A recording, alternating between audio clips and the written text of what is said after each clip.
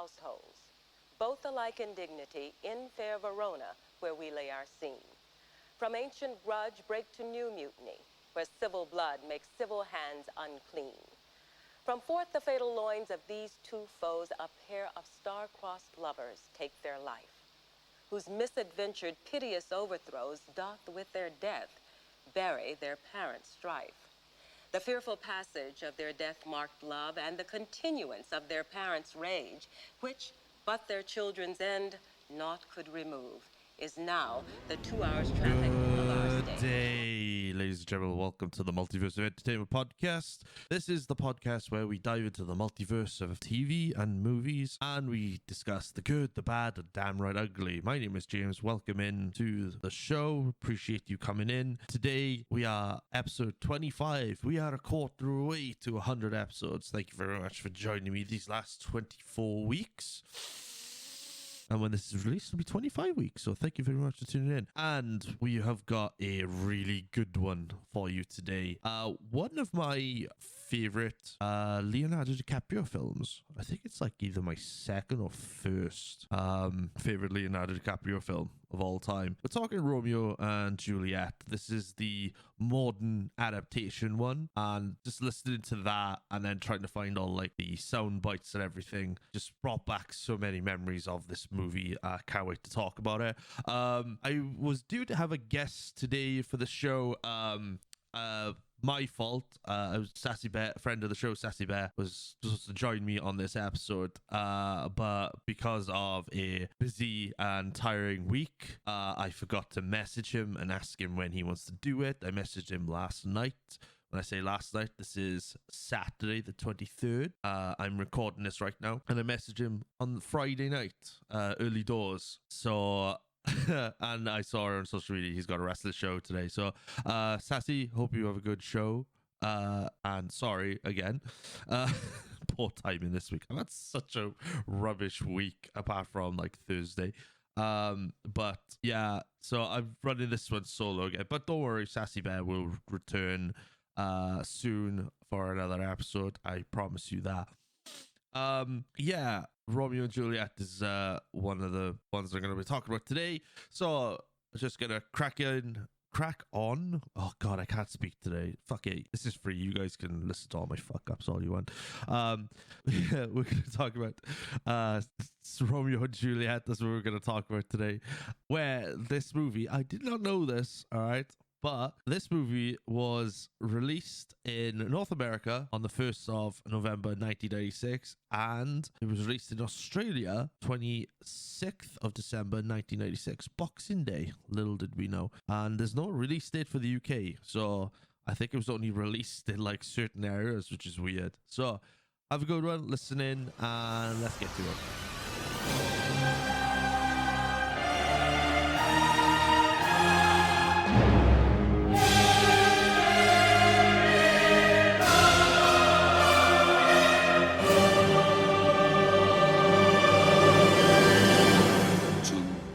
Households, both alike in dignity, in fair Verona, where we lay our scene.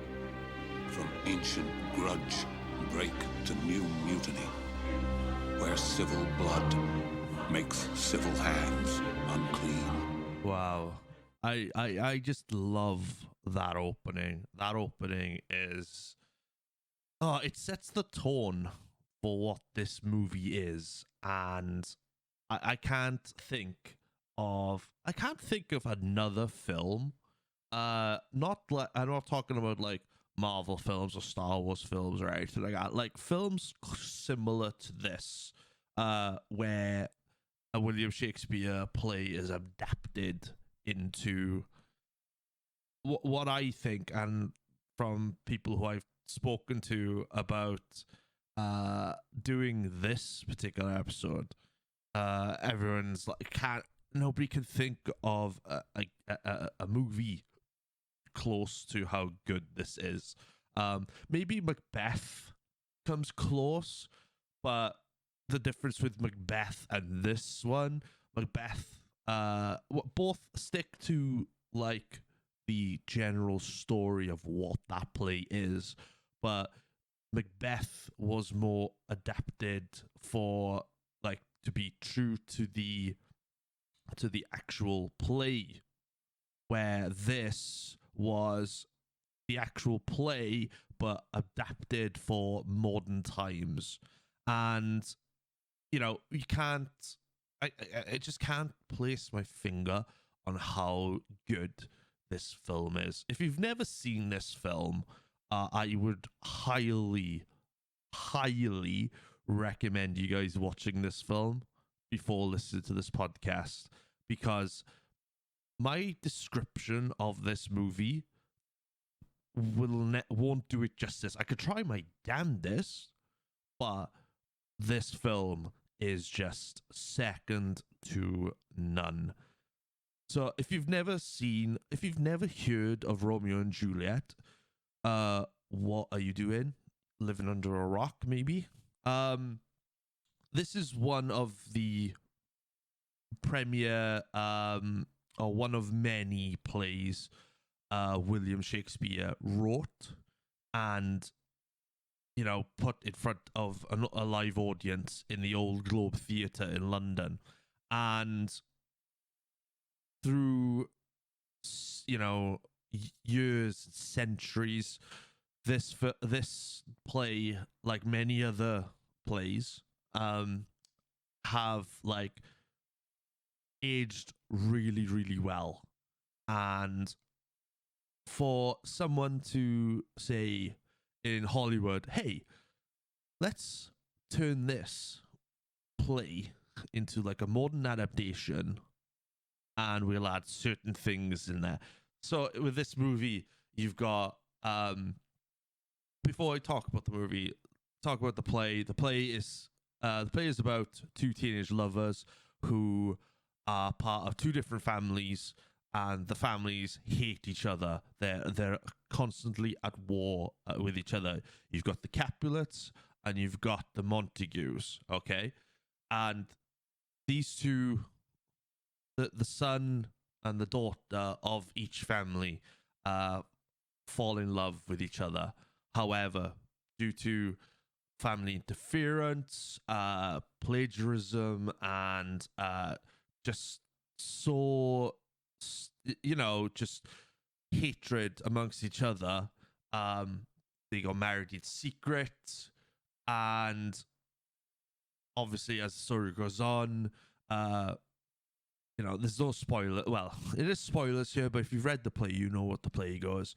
Romeo gets confronted. Juliet's cousin Tybalt confronts Mercutio, who is Romeo's best friend. They get into an altercation, and Tybalt kills Mercutio in the skirmish, which causes Romeo to seek revenge, kills Tybalt, and then he's cast out of Verona for forever. Immense. If he comes back, he will be put to death, which means his secret marriage to Juliet, which means he had to leave Juliet behind with his secret marriage and whatnot. And then Juliet pretends to die thanks to the help with the father, which I can't remember what the father's name is. It'll come to me when I look it up. The Reverend, the father there, and she drinks this. No, it's poison, but it's like not real poison. It kind of like puts her into like sleep for a few days, which she does. Everyone thinks Juliet's dead. Everyone's sad. The Capulet family is very, very sad. And Romeo finds out, and he's off to come back to, get Juliet. But he arrives at the church. He sees Juliet laying there in this like beautiful mural, and obviously he has poison from the father again, and this time this poison is real, and if he drinks it, he will certainly die.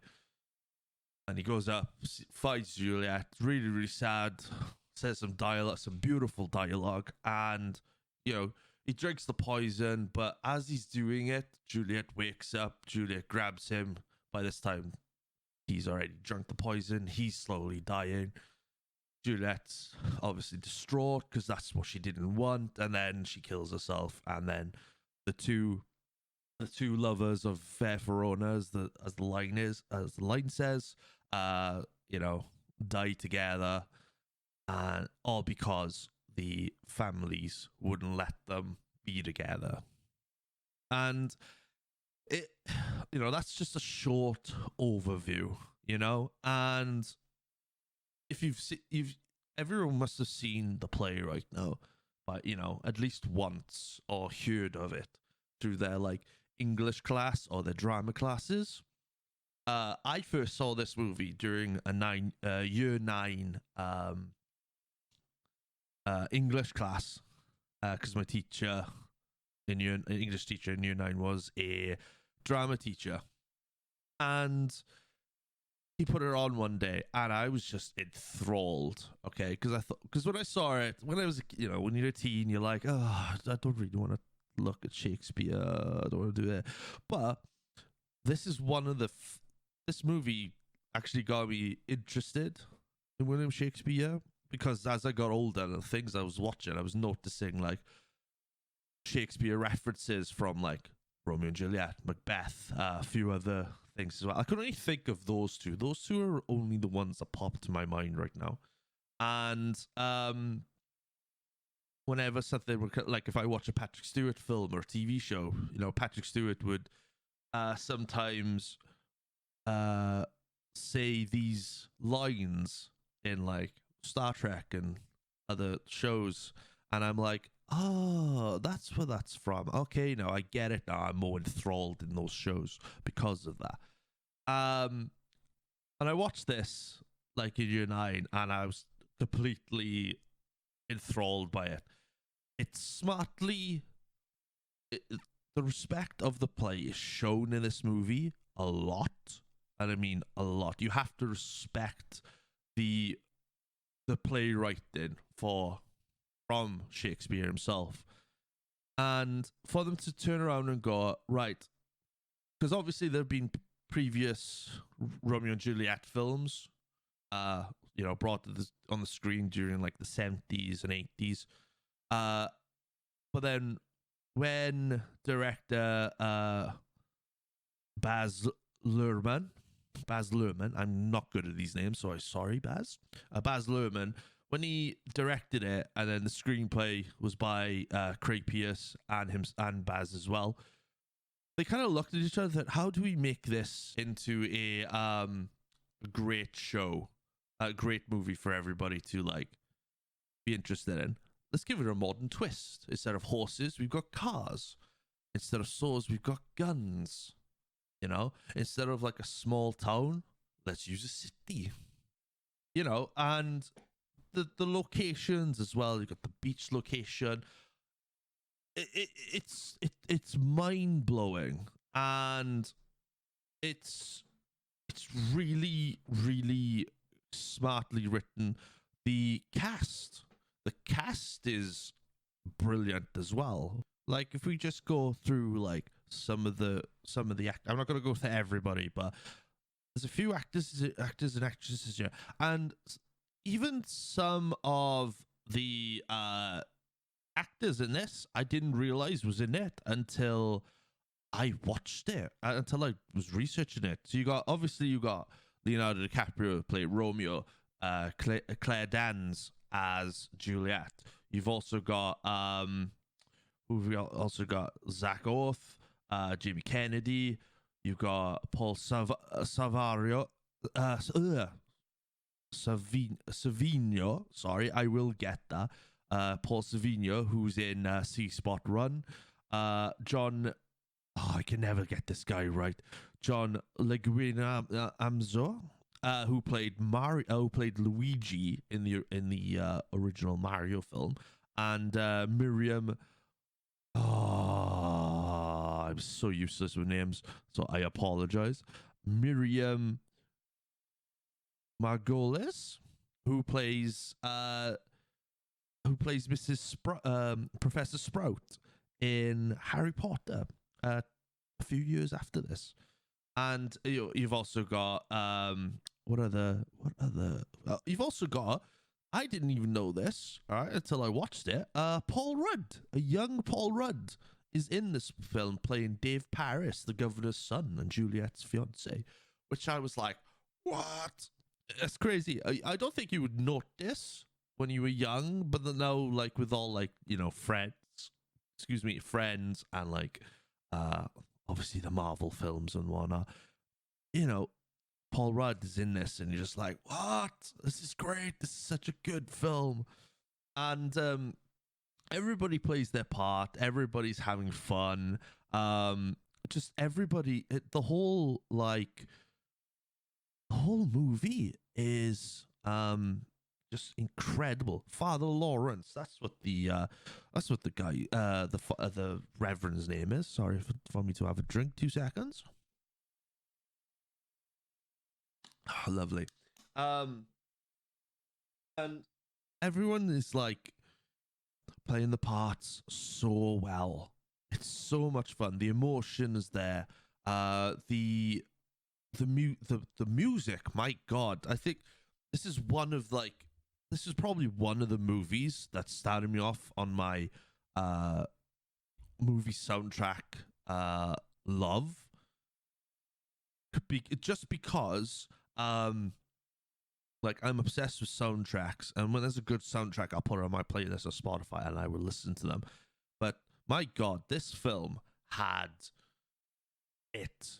You had, like, modern songs, but you also had orchestral songs as well. And the opening of the movie, like I said at the start, sets the tone, because you've got the TV coming out to the screen with the newscaster speaking in.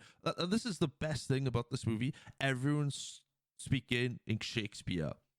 Stays true to the movie. They haven't gone like, no, we're not going to bother with the Shakespeare right then. Let's create our own script. No, they've stuck true to it. Everyone is listening to it, and it's amazing. Speaking it, everyone's doing it really, really well. Everyone's coming up with their dialogue, nailing it onto the point. And with the opening, you've got, again, you got the news anchor on the TV, and then it cuts to this huge orchestral track that you heard in the interlude between the intro and the talking about the film. And you've got Father Lawrence talking about the story as well, and you get, like, little snippets of what's going to happen without spoiling the movie in it. So it's like a proper William Shakespeare theatre released play, which is absolutely phenomenal. Absolutely phenomenal. And then it goes from that straight into, like, the introduction of the Montagues, and you get that soundtrack. You're like, the boys, and you think, yes, this is gonna be great. You got, like, modern music with the acting, and then it just all kicks off then to the Montagues and the Capulets with, like, the gunfight in the fuel station and everything else like that, and it's great. The dramaticness of it is incredible. The music's on par. It's heavy when it needs to be with the orchestra. It's sweet and subtle and romantic at the romantic sides, especially when the famous Romeo, where thou art my Romeo. That bit, that's incredible as well.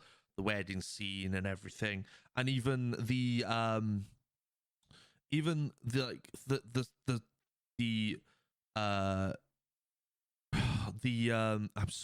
I love this movie. What's it called now? The scenes in my head. Oh, when Romeo's chasing down Tybalt after killing Mercutio, and they just run it, and that the music in that is so dramatic as well. And then, like, the death scene at the end with, like, the music as well. It's so impactful with the Romeo side, and then with the Juliet side, there's no music whatsoever. Nothing whatsoever. And it's just dead silent, even towards the end. It shows the respect of the two main characters in this movie. And it's styled to be different, but also keep the respect and love for the Romeo and Juliet play, which I fucking love. When a movie is done right, and when a movie is treated with respect, when it's been adapted from a book or a play or a comic book, then it's high praise for me when it's done well. And this is the type of film which is done well. And you can probably hear the passion in my voice right now of how passionate I am about this, because I fucking love this movie. I know there are some people out there, dude, it's a play. I don't give a fuck. I think who cares if you don't like these sorts of films? All right, you need to check yourself, because these movies, if you criticize people like in these kinds of movies, then you need to go check yourself and see what you're watching. Do you know what I mean? Have some knowledge. Just go in, dive in. This movie is literally for everybody. Would I say it's a family movie? Probably not.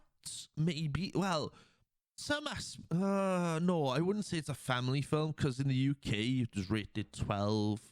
It was rated 12, so it was like, everyone over 12 could watch it, but if you're under 12, you need like an adult with you to watch it.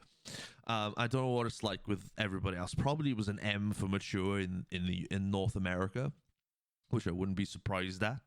But the runtime on this as well is incredible. It's 120 minutes. All right, so that's about 2 hours. It's 2 hours, and it's not a long. It doesn't feel like a 2-hour film. It really doesn't. It goes so quickly, and it's so enjoyable to watch from start to finish. It's incredible. And what's incredible about this movie as well, the budget for the film was literally only $14.5 million. Which in 1996, when this was released, it wasn't a lot. It wasn't a lot for a movie. And when it hit the box office, it smashed the box office for $147.6 million at the end, which may have made it one of the highest grossing films of 1996, especially that later half of 1996. And my God, what a great film. What an absolute diamond of a film. And I can't complain with it. I could go on and on, but I don't want to go on and on about. I don't want to keep going on and on about it, because I won't stop otherwise. With these solo shows, I like to keep them like under 30 minutes or so, 45 minutes tops. But I fucking love this movie. If you haven't seen it, watch it. If I was giving this film a ranking, this film's 10 out of 10 for me. I think this is one of the first 10 out of 10 movies that movies or shows that I've covered on this podcast thus far. So having this movie on as 10 out of 10 for me is second to none. I do wish Sassy Bear was here to talk to me with this, because I know we could have gone like over an hour on this, and I know Sassy Bear is just listen to this right now, and he's like, I've got a lot to say about this film. So one day I will revisit this episode one day, and have Sassy Bear on the show with me to get his perspective on it, and we can just talk about it and just enjoy what this movie's all about. That being said, I'm gonna cue some music now, and we're going to do the outro, and we're going to get off here. So, cheers. A dog in the house of Capulet moves me!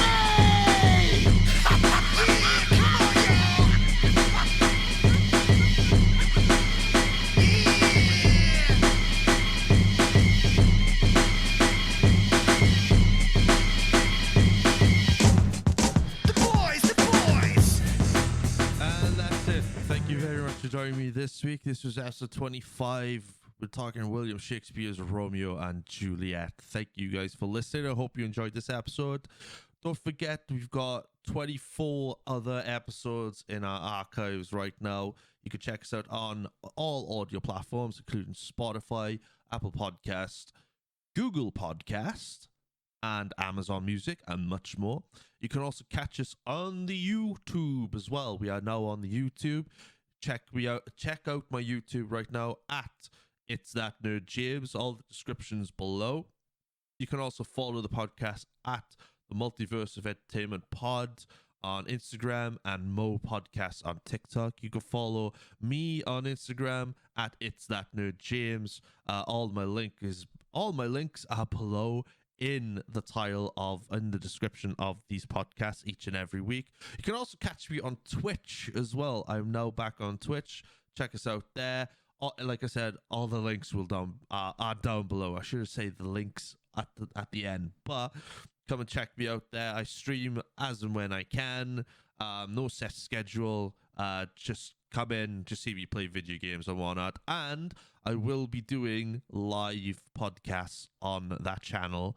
Not sure when yet, but I'm waiting for like a really good one to do that with. So stay tuned for that as well. Don't miss anything here. If you follow us all social medias, don't forget to have the notification bell on and like everything, comment everything as well. I want to hear from you guys. So I could read comments out on the podcast, which is pretty awesome. And I think that is it. I think that's everything. Next week is episode 26, and this is the episode that I delayed last week to this upcoming week. So I'm going to be talking about Scrubs season 1. I'm going to go through it as much as I can. I'm probably about halfway through there now. I might not finish the entire season. However, I will do my damnedest to give you a good episode. It'll be a general overview. No ranking episode. It's just a general overview of the show, which, spoiler alert, I love, and it's funny. Okay, guys, thank you very much. Hope you have a good one. Enjoy the rest of the episodes. I'll see you next week for Scrubs, episode 26.